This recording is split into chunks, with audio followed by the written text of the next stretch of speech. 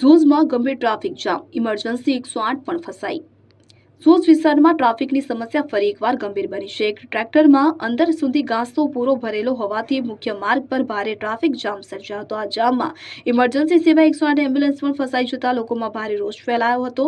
સ્થાનિકોએ જણાવ્યું કે ઝોઝ વિસ્તારની અંદર ડેપોના સામેના ભાગમાં અવારનવાર ટ્રાફિક કાયમ માટે જામ થઈ જાય છે, છતાં ત્યાં કોઈ સ્થાયી પોઈન્ટ, પોલીસ કે ટ્રાફિક નિયંત્રણની વ્યવસ્થા નથી, જેના કારણે ભારે વાહનો બેફામ પસાર થાય છે અને જનજીવન અસ્તવ્યસ્ત બને છે। ખાસ કરીને ઝોઝ બસ સ્ટેશનની આગળના ભાગમાં પોલીસ પોઈન્ટ મૂકવામાં આવે તો ટ્રાફિક નિયંત્રણમાં આવી શકે અને ઇમરજન્સી સેવાઓને અવરોધ ન આવે તેવી સ્પષ્ટ માંગ ગામ લોકો દ્વારા ઉઠવા પામી છે। સ્થાનિકોનું કહેવું છે કે જો તાત્કાલિક પગલાં લેવામાં નહીં આવે તો આવનારા સમયમાં કોઈ ગંભીર ઘટના બની શકે છે।